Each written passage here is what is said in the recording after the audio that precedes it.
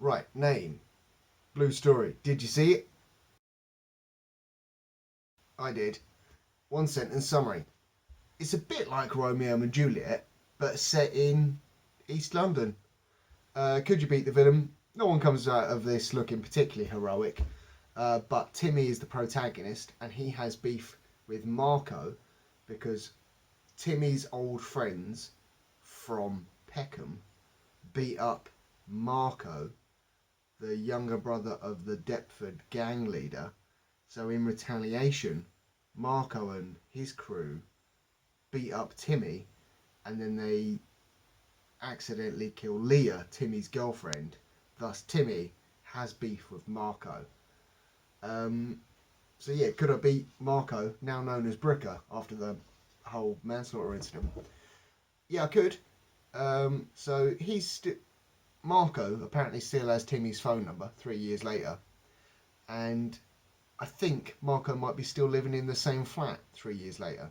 So if I were Timmy, and obviously I'm not supporting it, but like if I was gonna go and murk this guy up, I'd just wait for him to come home. Like wait for him to do a big shop. He's got his hands full, and he can't. He's got his back. He's trying to get his key in the lock and all that sort of stuff, and then stab. That's what I'd do. But there you go. How do you improve this film? Clearly, I wasn't the target audience for this, but the themes of love, friendship, betrayal, and hatred are universal. Having said that, I didn't really like the title. I'm sure there's like a cultural significance that I'm missing, but to me, Blue Story sounds like a story about police, and I think one of the gangs, maybe the Peckham ones, might have been wearing blue or purple or something like that. But yeah, I would have called it like an eye for an eye or the ends or something like that. The time jumps in this film were a bit weird. So it starts off when Timmy's 11 and it's his first day at big school and he makes friends with Marco. And even though if they're from different postcodes, it's fine, they're cool. And then it jumps to like, I think it was the final year of big school. Okay, that's when the main story starts. And then after the whole Leah gets killed and Timmy gets beat up thing, it jumps forward another 3 years. Scrap that. There's enough dialogue in the film to make it clear that Timmy ain't from around these parts. Um, and then after the bit where Timmy gets beat up, I would have just had it. He wakes up in the hospital. He finds out that Lee is dead. He's all sad. Then that's when he goes on his revenge spree.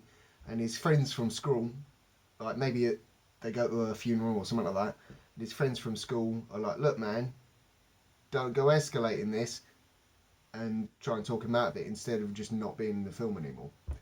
But yeah, I would have had it fresh in his mind straight away instead of 3 years later. The film was full of people saying like things to the effect of like, "Oh man, this gang war thing is whack. We should find another way," and people really should have listened to them. But my particular favourite was when Timmy he's out for revenge at this point, and he says he's gonna kill Marco, and then he's gonna go to Leah, and the guy he's with, I think, might have been madder. He says, "You should probably go see a doctor. Like you're depressed, mate." And he's like, "No, I went to see a doctor after it happened, and they gave me some pills, and they just made me sleepy. Go back to the doctor and talk this through. You're clearly depressed." Anyway, so the film is narrated via the medium of rap by Rapman, who wrote and directed the film as well. And I see why he did it, but I don't think you need a narrator. And also, it's weird, particularly in like one scene, or like at the very beginning, Timmy's mum's getting him ready for school, and then the camera pans, and Rapman's just sitting on the counter doing his rappy thing. But there's another bit where one of the characters, whose name I forget, he's just been killed by the Deptford lot, and his friend, probably Madder, maybe, I don't know. But his friend is all like, I'm so sad. And there's even a line in the rap narration that says, when he's alone, he has to wipe away a tear. And then he's like, ugh. And then it pans to the right, and Rapman's sitting on the sofa with him. And it's very odd, but there you go. So yeah, if you're going to keep the narration, because you're rap man and you're rap narrating it, that's fine. Just do it as a voiceover. Don't have you sitting in the scene. Oh yeah, final point about the narrator, for now at least. So after Timmy gets hit with the brick, he goes down, as you can imagine. And the narrator says something along the lines of, and we don't even know if Timmy's going to wake up. And then the screen fades to black.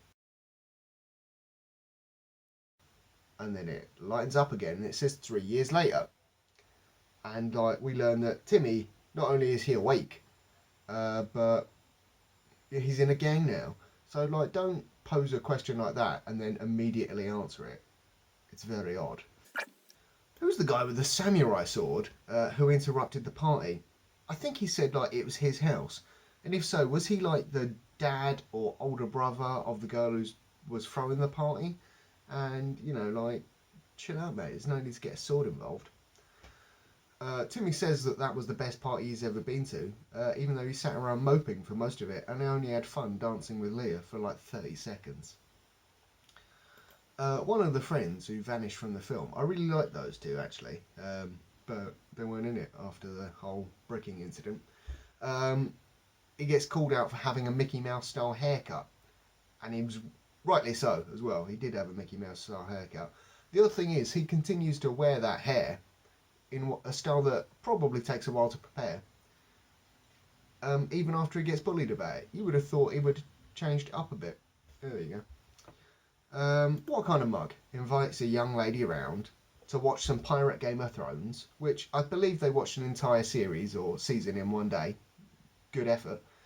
Yeah, but who does that on a laptop, just sitting on your legs? It's gonna HDMI cable into a TV. You look professional. Fucking mug. Anyways, Bricker's older cousin. Bricker is Marco. His older cousin is introduced at the end, and I don't really know why. I don't think he was mentioned earlier in the film as like, oh, he's the big bad man from Tottenham. He's going to sort everything out. I don't think that happened. Anyway, he says that there's always a weak link in a gang, and they just need to wait for that weak link to make a mistake. That's not what happens in the film. So in the film, Kieran or Kyron or Kai or whatever his name was, he was Timmy's friend from back in the day, and then he introduces Timmy into the gang after the whole bricking incident so he can have his revenge on Marco. He's the weak link, and he doesn't like make a mistake and say, oh, Timmy lives here now or something like that. He like actively betrays the Peckham crew because he's upset that like Timmy's getting more special treatment than him. So if you'd have built that up where like he's introduced Timmy into the crew directly after the funeral, not 3 years later, and then he's all like, oh man, I don't like that Timmy's overshadowing me or whatever, and then not necessarily see him talking to the older cousin or whatever, but the older cousin's plan is he's going to find who the weak link is, he's going to turn them to this gang, and that's the plan, not wait for them to make it. Doesn't make any sense. Anyways, Timmy and Leah have a 3-month anniversary, bit needy, but they also have this chat about their anniversary on the stairs at school in the middle of the day. You would have thought they'd have waited till they had somewhere more private, but there you go. During their anniversary, Leah and Timmy take a selfie. And I don't know if it was the same one you see later in the film when Timmy's sad, sitting in the dark because Leah's dead, looking at a phone picture. But in that same scene, he goes into a drawer to get a weapon because he thinks his life is in danger, and it is. And there's another picture, just like not in a frame, in the drawer. I think it might have been the same picture as the one he was looking at the frame. So how many sad pictures do you need? There's a bit where Leah and Timmy are drinking out of the same glass, and I don't think she was actually drinking. I think like the liquid stopped halfway up the straw. Right, so when the gang war was going on, why didn't the Peckham lads or the Deptford lads, whoever it was, destroy the sofa of the other crew? Because like several scenes, I think it might have been the Peckham sofa. Anyway, so there's several scenes where like that gang congregate around this sofa, just out in the street, And if I were going to disrespect another crew, I'd like set the sofa on fire or something like that. Suckers. It's kind of the point, really, of the whole masks and hoods. You can't see who everyone is, but it's kind of hard to know who's on the screen when everyone's wearing the same sorts of masks and hoods and they're running around and stuff. There you go. Timmy and Marco didn't really face off at the end, and I know that Timmy was like, "Oh, face me like a man," and then Marco's all like, "No, you didn't face my brother like a man." Timmy stabbed Marco's older brother in the back, literally.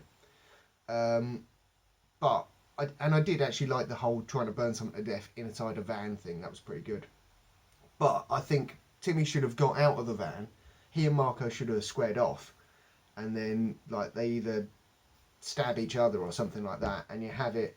They're both dead. Thus the futility of gang war. Or leave it ambiguous like the ending of the thing. That would have been pretty good. And then you could have said, and we don't even know if Timmy's going to wake up, and it would have been the end of the film, and that would have made sense. Timmy is the main character. Timmy's a grown-up. Timmy's not like a cat or a dog or something like that. Timmy is a person. He's a dangerous person in a gang, and that is what people call him all the way through the film. I thought, like at the start of the film, he was going to say, "Oh, don't call me Timmy, call me T," or something like that. But they didn't. They just kept calling him Timmy all the way through. It's hard to take someone called Timmy seriously. Yeah, I think that's pretty much everything. So, rating out of 5 beers. I did like how people said furthermore, and then they would like tell someone to go do one or something like that. That was pretty good. Only happened towards the end of the film, so I would have brought that in earlier. And I did quite like this. Obviously, I would have done things differently. So I'm going to give it a 2 out of 5